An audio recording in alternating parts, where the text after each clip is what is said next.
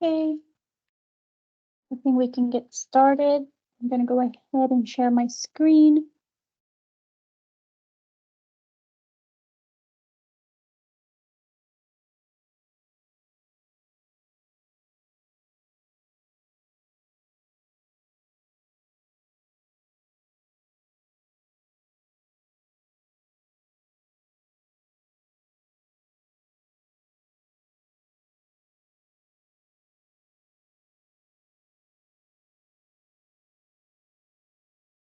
Okay, can everybody see my screen and hear me okay? Yes, we can. Thank you. Okay, go ahead and get started.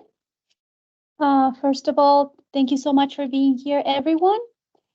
This is a quick presentation for the RFP that we put out for providing as needed services for the implementation of the home electrification and appliance rebates program for multifamily buildings, which is a section 5122 in New Mexico. My name is Yana Maestas, and I am a clean energy program manager here at ECMD, but I am also the procurement manager for this request for proposals. And on behalf of the New Mexico Energy Conservation and Management Division, I just want to let everyone know that this meeting is being recorded right now, and it will be recorded and available to you on our website at the end of this meeting. And also, if you would like to be notified about amendments for this RFP and any upcoming RFPs that we will have, please enter your email address in the chat. I do generally get an attendance list that will be published as well, but just in case that for whatever reason I don't get it, just make sure that your email address is available in the chat. Okay. And first, let's talk about the scope of the procurement. Okay. Again, this is for as-needed services for the implementation of the home electrification and appliance rebates program for multifamily buildings. We're calling it the HERE program, and it is a section 50122 of the Inflation Reduction Act. We may award multiple contracts as a result of this request for proposals. The contract duration must not exceed 4 years. This also includes any amendments to the contracts that we may do between now and 4 years. And the proposal contents, please include all of the items. If you fail to follow the guidelines, you will be disqualified on grounds of non-responsiveness. And then work will be assigned on as needed basis by means of task order, and we will talk a little bit about that in a little bit. Okay. And proposals for this multifamily implementation of the RFP is due Thursday, March 28th, 2024 at 3 p.m. Mountain Time. This is New Mexico time. If you are in California, you're 1 hour behind New Mexico. If you are in New York, you're 2 hours ahead of New Mexico. Just make sure that you are submitting your proposal at 3 p.m. Mountain Time, because if you submit it at 3:01, that's late, and we cannot accept any proposals. They will be sent to me, to my email address, which is yeny.maestas@emnrd.nm.gov. And that's my phone number if you guys have any questions. 505-795-2381. Once I receive a proposal, I will give a receipt confirmation. So that way you know that we received it and we're ready to go. Oh, please submit your proposal in PDF format. Okay. So here is how the sequence of events is gonna go. The last day to submit questions for this proposal is March 1st at 3 p.m. New Mexico time, Mountain Time. And we will be posting the Q&As on that website below, which is in the same website where you have access to the RFP. We'll post the Q&As as an amendment that you need to acknowledge. So just be aware of that. And proposals for this RFP are due on Thursday, March 28th, 2024 at 3 p.m. New Mexico time. Okay. And just a quick overview of the proposal evaluation assigned points. We really weighted heavily on, we have, the 5 different categories, but we really weighted heavily on the approach and technical capabilities of your team. We really want to see how you want to implement the HERE program, and we want to see creative and effective ways of the implementation of the program for multifamily building, and then how you keep your admin costs as low as possible, because lower administration cost means more rebates for low-income New Mexicans. So we weighted heavily on that particular evaluation factor, and then followed by the record of past performance of your company. We really want to see if you have any experience with other similar DOE programs, and it doesn't necessarily have to be DOE programs, any other rebates programs, really, government agencies or private industries. And we really want to see how you control the cost, the quality of the work, and ability to meet schedules. And then the next evaluation factor is the capacity and capability of your team. We have a really aggressive timeline, and we'll talk a little bit about that here in a little bit. But we want to really know that New Mexico and the work that we're doing is a priority, and that you have the staff and the capability to achieve the scope of work. So we really so that's for capacity and capability. For proximity and familiarity, we all know that New Mexico has very specific needs that are exclusive to our state. And we really want to see that you have expertise and experience on projects in the southwestern part of the U.S. as it relates to the scope of work. And then finally, references. There's a form at the end of the RFP that you have to send to your references, and they have to send it back to us. And that's 3 points. So 3 references, 3 points. Okay, for the proposal contents, we want to see a letter of transmittal at the very beginning of the proposal, followed by table of contents, followed by deliverables-based budget, followed by statement of financial stability or equivalent, and then your past project experience, and finally your approach to a successful and effective HERE program implementation. Okay. And then please do not forget to include the following items in your proposals, or you will be deemed non-responsive. Your letter of transmittal that includes a statement of acknowledgement for any and all amendments. That means if there's one amendment, you must say, you have to say somewhere along these lines, I acknowledge amendment number 1. If there's 10 amendments, you have to say, I acknowledge amendment 1, 2, 3, 4, 5, 6, 7, 8, 9, 10. Just however amendments there may be for this proposal, make sure you acknowledge them all.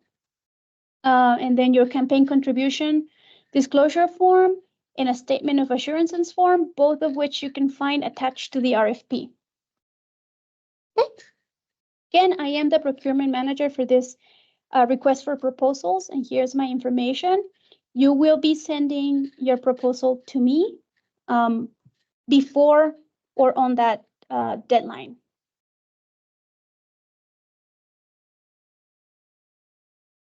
Okay, and let's talk a little bit about the actual HERE program.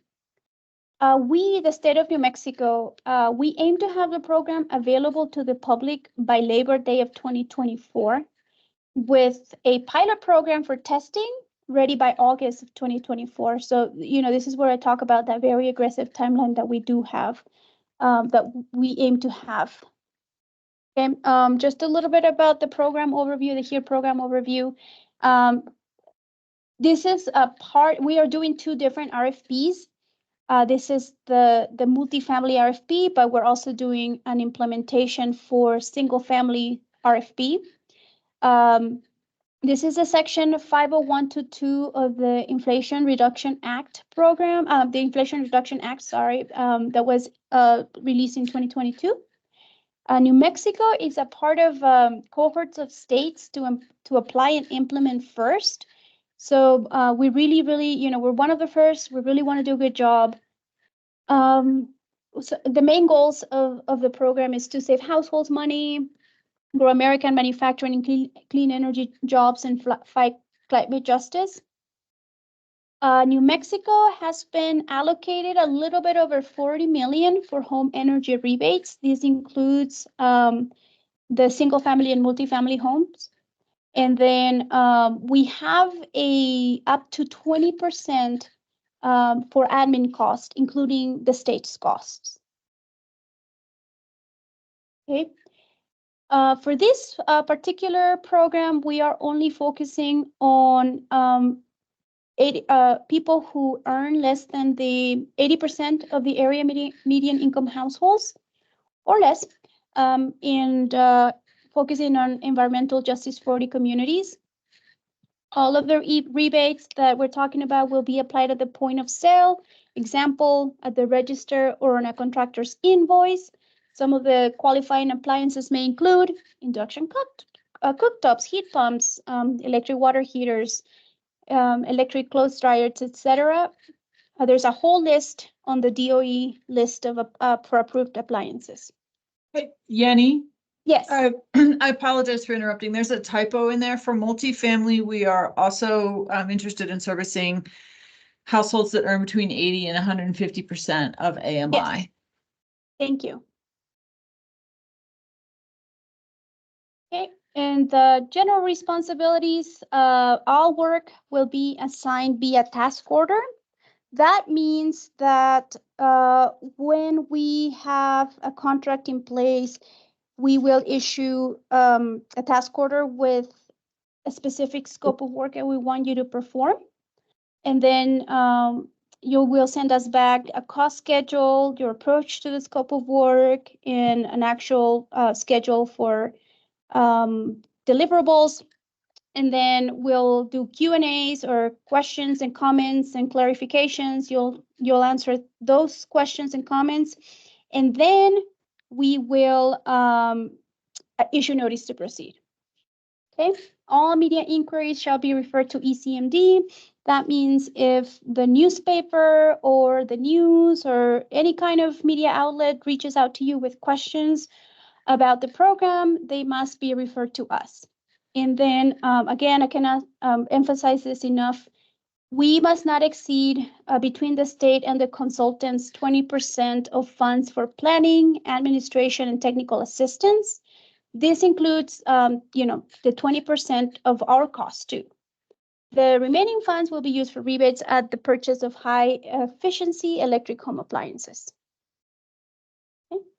And then for the implementation services, we have the general responsibilities in the scope of work. And then we have the implementation services overview, which is the pre-launch assessments, development, implementation, and management, and the training of the contractors of the HERE program. And then finally, the monitoring and post-implementation assessments. Okay. This is straight out of the RFP scope of work, part of the RFP section. HERE program pre-launch. So we have the pre-launch of the HERE program. And it includes the utility bills risk assessment before the project begins. It includes assisting us, ECMD, in determining if a multifamily building is eligible for the program. There's a whole bunch of things that we need to do to determine that. And just like Rebecca pointed out, we're focusing on at least 50% of the households below 80% and 150% area median income, or as directed by us, to determine income eligibility. And then, of course, with that, we need to develop marketing, education materials for homeowners, tenants, retailer, contractors, etc., the community, and then coordinate with community organizations to promote the program awareness and participation. Conduct on-site assessments, including common areas of eligible multifamily buildings, to determine project feasibility and identify potential electrification upgrades, and obtain owner authorization for projects. And then we move on to the next part of the program, which is the actual development and implementation and management of the program. We need to use all of the tools developed by DOE and other entities such as the National Renewable Energy Laboratory and the Pacific Northwest National Laboratory, and as recommended by ECMD. We need to follow the Department of Energy's Environmental Justice 40 requirements, assist us with data gathering and DOE reporting and analysis as requested, adhere to EMNRD's existing data protection plan as provided by ECMD, work with building owners to develop projects that maximize eligible upgrades within program guidelines and proper installation of equipment.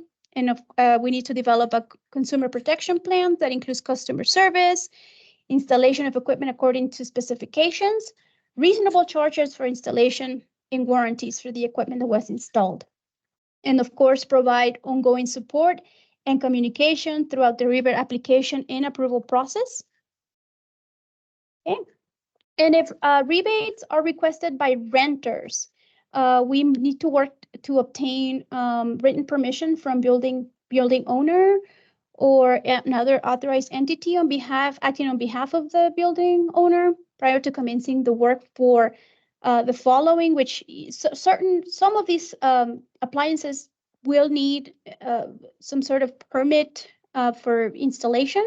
So electric heat pumps and cooling, electric heat pump water heater, insulation, electric load service center, electrical wiring, and mechanical ventilation. And then, ensure that the Energy Star equipment is installed correctly and to specification. The tracking of rebates is very important using Department of Energy systems. Tracking of rebates so that no unit receives rebates in excess of the statutory maximum rebate amount, and then quality control of applications. Then we go to training, management, and compensating contractors, which is a big part of the implementation process. So we, the proposal will need to show, the scope of work will need to show how to develop a list of certified contractors, train and certify installation contractors, coordinate with licensed contractors for the installation and upgrades according to industry standard and building codes, contractor management, review contractor invoices and work with contractor to reduce the cost of projects, implement incentives for contractors, technical assistance for homeowners, the state, ECMD, and the Department of Energy as needed, work with retailers to implement coupon development and delivery procedures, remit payment to contractors and vendors for used rebate coupons, and remove contractors from lists who are not in compliance. Okay. And then finally, we move on to the last phase or portion or section of the HUE program implementation, which is the monitoring and post-implementation assessments. So we want to make sure that everything that all the work that we did is working, and we want to show, tangible results. So part of that is conducting assessments to address deficiencies to achieve continuous improvement, coordinate with utilities to obtain energy consumption data, coordinate the HERE program with other utilities, state and non-duplicating federal benefits program, data sharing to help track market transformation, and customer satisfaction surveys as requested by the state. Okay, if you're gonna use any subcontractors, in your proposal for this RFP, you need to be familiar with the federal procurement process, more specifically with the 2 CFR 200.318 through 200.326. And it talks about fair procurement, et cetera, but they really focus on eliminating unfair competitive advantage. And the non-federal entity the offerer, must take all the necessary affirmative steps to assure that minority businesses, women's business enterprises, and labor surplus area firms are used when possible. We may need to, at some point down the road, if your proposal is chosen, you may need to provide us proof of competitive procurement for your subcontractor. It could include records of advertisement of bid, proposals received, methods of how you selected your subcontractor. And then finally, any subcontract agreement shall include all provisions necessary to allow the contractor to meet its obligations and requirements. Yep. And don't forget to register for your unique entity ID with sam.gov. In the past, contractors have had issues with the UEI number being issued in a timely manner. I don't know if that's gotten any better, but it's in the past, up to like 6 or 5 months ago, they were taking many weeks to get these numbers processed. So please register. Make sure that your number, your with sam.gov is good. Okay. And we have a few RFPs that are related to the HERE and the HER program. We have an Energy Coaches RFP coming soon. We have an Information Technology RFP in the works. And then the same will be for the IRA section 50121, which we're calling HER, Home Energy Rebates Program, also coming soon. Okay.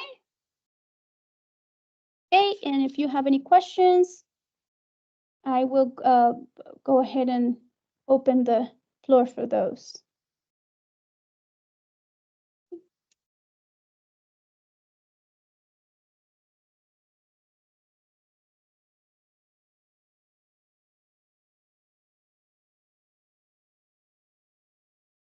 Yanni, there's a question in the chat. Okay, I'm getting to the chat. Okay, the question is, how much of the 40 million will be allocated between the single family and multifamily programs?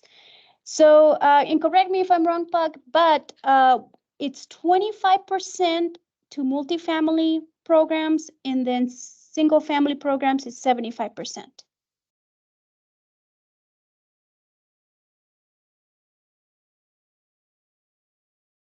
Yes.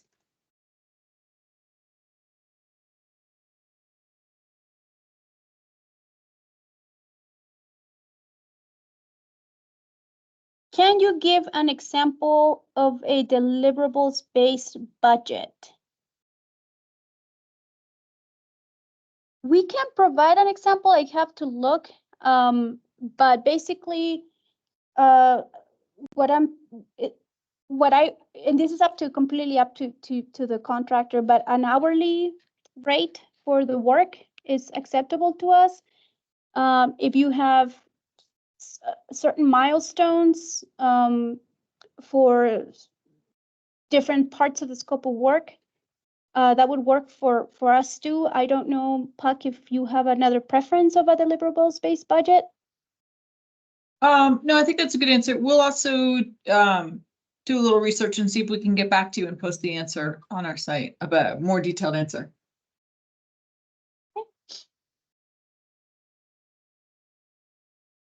Okay, next question. There was a reference to an energy assessment, including common spaces. Is this required for all New Mexico multifamily programs, regardless of measure? I can take that one. If there was a reference to an energy assessment in a common space, that was either a typo or poorly worded. As you know, common spaces are not part of 52122. So no, that is not required for all New Mexico multifamily homes, just energy assessment for individual living spaces. And I believe Yeah, I'll just end that. We'll, if there's anything to add to that, we'll post it on the site. What is the timing of the release of the other RFPs? Would be helpful to see the technology RFP. I'll let you take that one, Puck. It sure would, wouldn't it? This is the sort of pain point of going first, or among the first, is that we have set a rather ambitious deadline of having this program up and running by Labor Day, which means that we are moving as quickly as we can. The technology RFP will not be released by the time the proposals for this one are due. However, as you can imagine, we're getting a lot of questions about that, and I'm glad you're asking questions. So we're hoping to post today on our site some answers about some previews really about what is included in the technology RFP, so that you have clarity about what you do not need to include in this RFP. Julie, I hope that answers your question, or Emily, does it answer your question?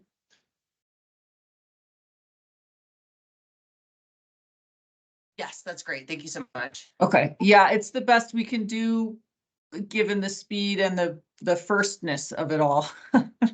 And I will say, since we're on the topic of the technology RFP, one of the reasons we've separated it out is we have recognized, along with many other states, that there is a need for an overarching, what we're calling kind of one-stop shop clearinghouse to help consumers access not just this program, but the HER program. And then we as a state have about 23 other programs. And right now it's very difficult to navigate if you're a consumer. There are 23 different application portals. There's different requirements. And so we are attempting to streamline that and make it as straightforward from the consumer side as possible. So the RFP that's coming is for that overarching one-stop shop, which can absolutely include subcontracting out for individual programs. Obviously, take all this with a grain of salt because we're still literally drafting it, but that's the goal and the thinking behind it. Thank you. Next question. The link does not appear to contain the slides or presentation. Is there someone who can drop in the chat? Yes. So, like I said, we had our single family presentation last week. We are working to post that today or tomorrow, along with some of the questions, and we'll do that today or tomorrow also for this presentation in this RFP, and they will be posted on that link that was just dropped in the chat. It's not posted right now, but they will be posted along with all the amendments and the attendance list. Another question, does ensure contractors follow appliances installation standards mean EMNRD is seeking inspection services? So part of seeking, yes, we are, but this inspection services are going to be part of the other RFP that we just mentioned earlier, which is the energy coaches. They're going to be in charge of doing inspection services. However, I mean, it's in everyone's best interest that all the appliances are installed according to specification. Do you have anything else to add, Puck? Yeah, I'll just add on to that. So again, the energy coach concept is similar, if some of you are following along, to Maine's energy navigator concept, which is, again, because this terrain, there's so many offerings right now in the green energy space, it's very difficult for consumers to navigate it on their own. And so this is a helper to help folks navigate this program, but also to help with the stacking and braiding of all the other programs and tax credits and incentives. In addition, the energy coaches are the quality control, so they will have a hand in doing the before recommendations for which grants and programs are suitable for which households. And then after the work is done, circling back as a quality check. So that RFP is coming. And again, no, it won't be out before this one is due, but that's the concept. Are there any restrictions on email size with the ECMD firewall? Yes and no. So our email capacity, we can receive emails up to, I believe it's 40 megabytes. Anything less than that, I think we're pretty safe to receive, but 20 megabytes is already pretty large.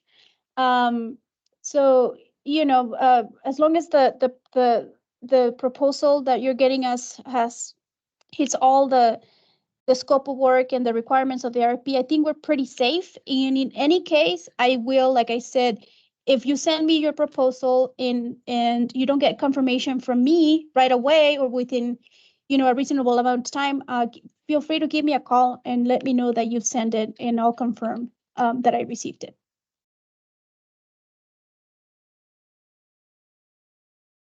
What portion of the administration implementation budget that's ECMD plan to utilize for the multifamily here program? And what would that cover the cost of the technology platform? I'll let you get this one, Puck. Sure, great question. So again, we haven't actually earmarked that out separately, but it would be probably close to the 75%, 25% split. That's our goal for on the ground implementation. And then you asked, would that cover the cost of the technology platform? It's only needed to cover a portion of the cost of the technology platform. So again, this one-stop shop clearinghouse, we intend to pay for using a variety of different funding streams. And so the HERE program really only needs to pay for the bare basics. And we're waiting to work with the IT folks a little bit to identify exactly what that is, but something like just the online form, the marketing outreach, overall website can, doesn't have to, but it can be funded out of other sources. And the next question is, can you elaborate on the subcontractor competitive bid requirement based on 2 CFR 200-318, minimum number of subs bidding? I'll have to get back to you on that because it's more of a question for our legal team.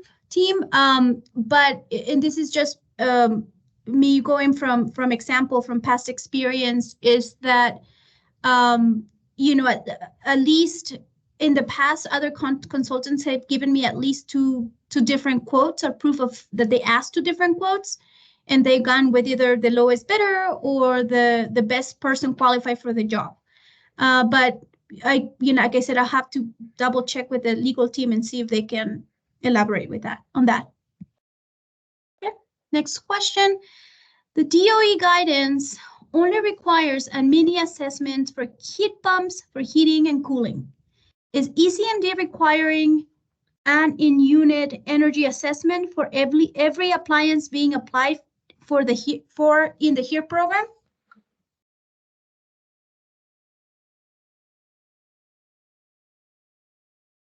We need a general assessment, I think. We need a general assessment. But it's better to have a unit assessment. But are we requiring? I think let's get back to them on that, okay? Let's Okay. review that. So we'll get back to you on that answer, and we'll review that answer, and we'll post it on the website. I can offer a preview of that. Go ahead.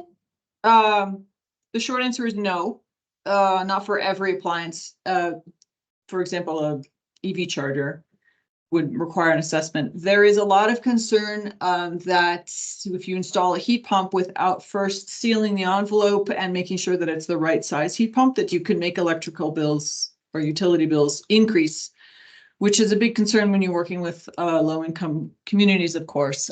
So we will be requiring an assessment for heat pumps to avoid that pitfall.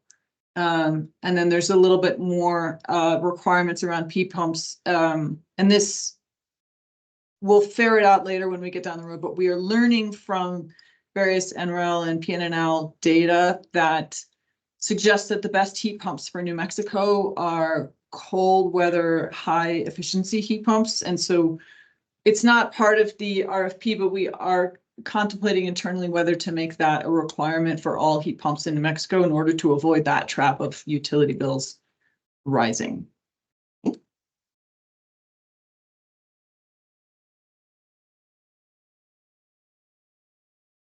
Okay. Next question. Is there any available information on the maximum anticipated number of rebates that will be funded? Okay, I'll let you take that. Oh, you want me to take that one? Yeah. The short answer is no, because of two variables. One is, as you know, there is a tension between spending the maximum amount on each individual household, resulting in fewer households and fewer rebates, but each one of a greater dollar amount, versus fewer rebate, the smaller dollar amount, but spread across more households. That is just up for discussion between us and the eventual implementer. There's pros and cons to each version of that. The other variable is that we have yet to sort out how many dollars we'll have in that bucket because we haven't had bids from you all yet. Okay. Next question. Can you explain how the utility bill risk assessment works? Is that done for each applicant or just once at the beginning of the program for each measure? How will this assessment be used in program administration?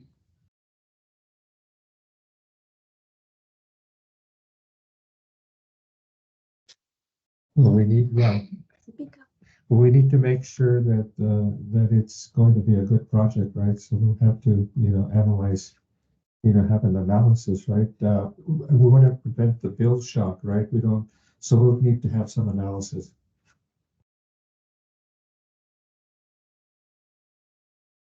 We can, do you want to, do you have any extra to add, Rebecca?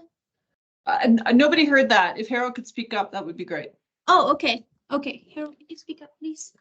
The utility. Well, we'll need some good analysis, using the best utility data we can get, to make sure that, we're getting a proper retrofit, right? The main concern, like Rebecca mentioned earlier, is, we want to prevent electric bill shock, so that's why it's critical that we put the right measures in a home or in a multifamily. Did everybody catch that?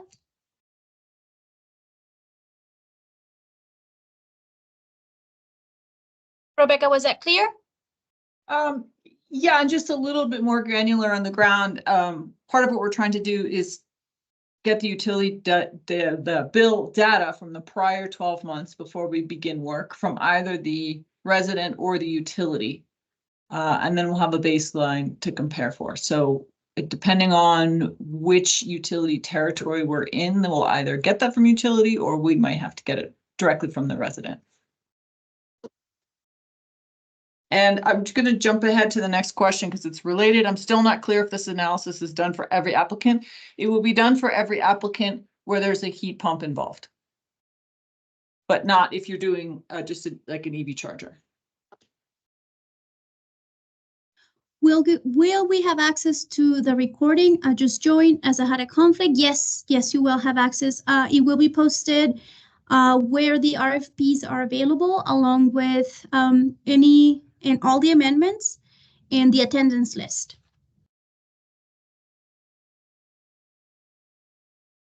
Could ECMD develop a list of program functions explicitly not part of this scope of work, given the technology and energy coach RFPs scopes of work are unclear to us, and it is difficult to understand when one scope of work ends and begins for pricing purposes? We've drafted that over the weekend and are waiting for our legal to bless it, and we hope to have it on the website today. Okay.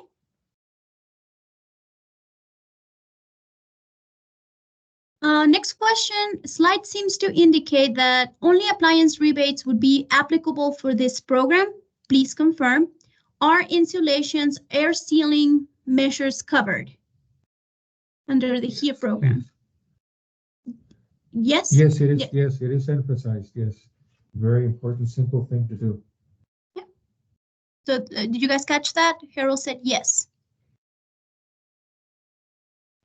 And then you got the next question. Sorry to keep on this, but how could that analysis be done in pre-launch per the RFP if it is done on an applicant by applicant basis?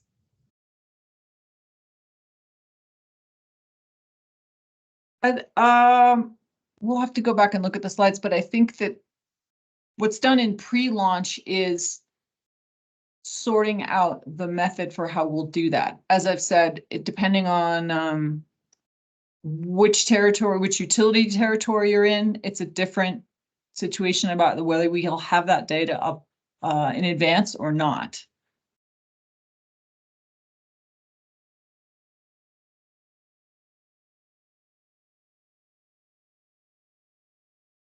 Okay.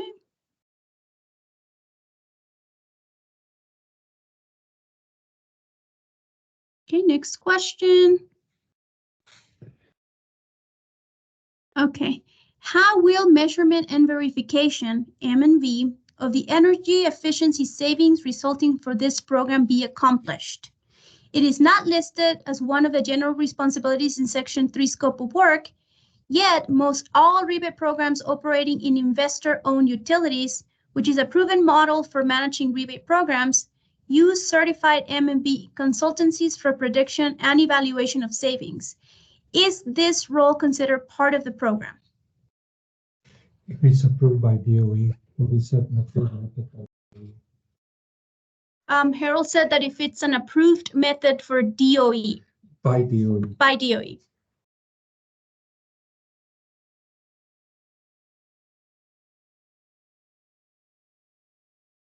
Do you have anything else to add, Rebecca? I'm just trying to understand the question. Hold on. How will measurement? Okay.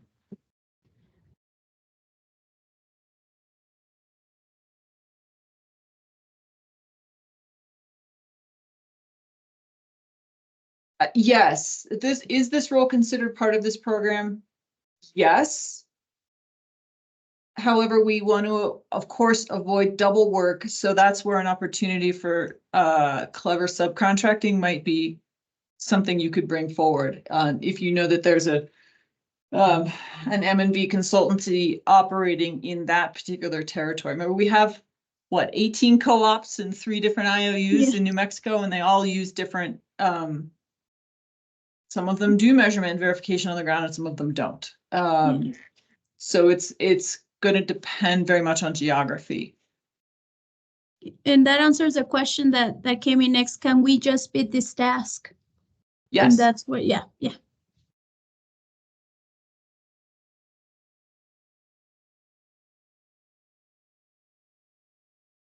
Okay. Okay, are there any other questions left? Again, just to reiterate, everything will be uploaded to our website where you found this RFP.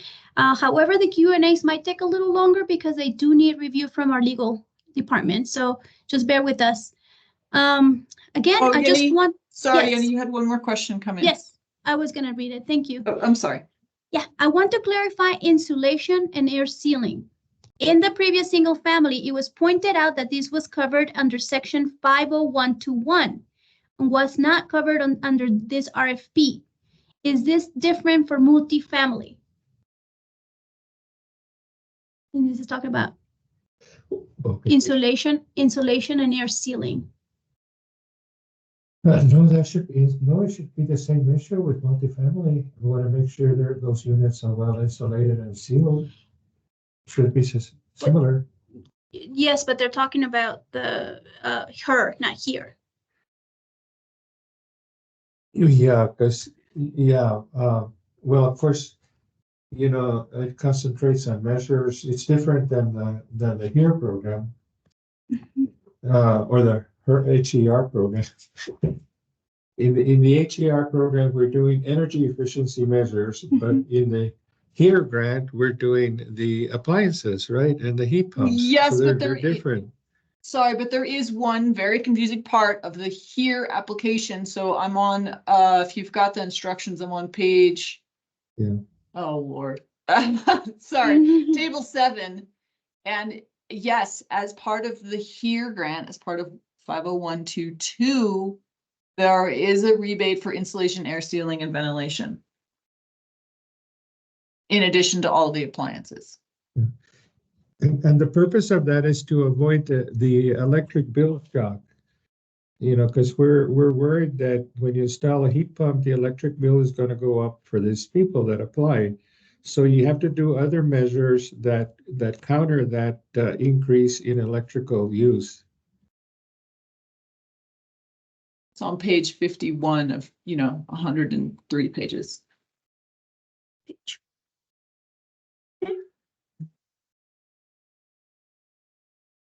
Just to be clear, in the single family RFP bid conference, you said it was a mistake.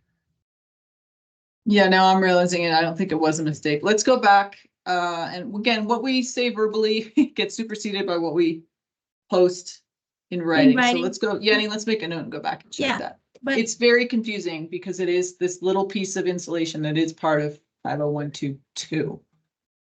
okay, so to clarify, air Yeah. sealing and insulation is only in conjunction with heat pumps? Yes. Yes. Yes.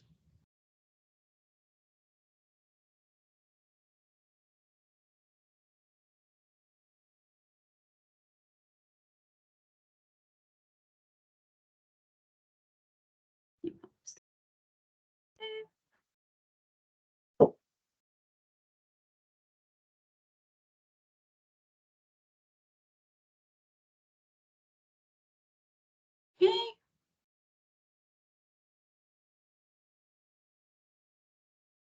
Any other questions?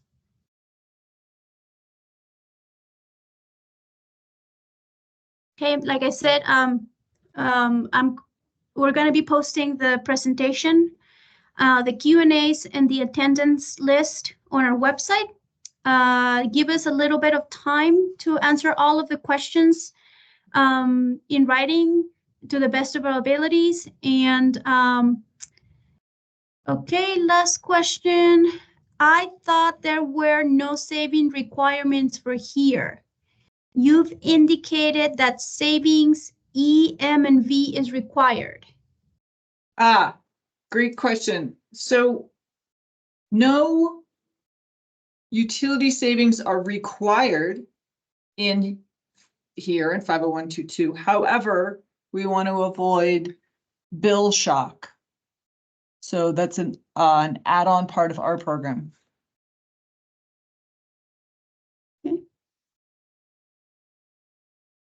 Okay, and just to just add on to Rebecca's comment, if you want to, just to be on the safe side, if you want to receive updates, please put your email in the chat.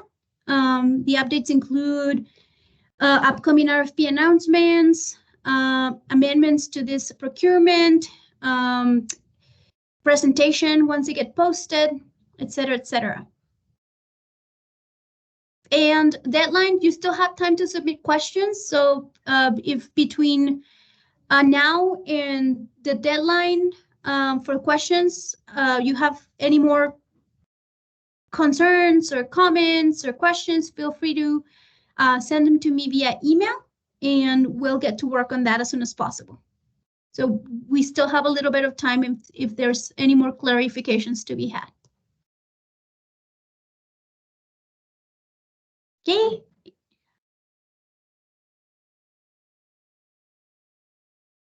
Yeah, and I'm gonna leave the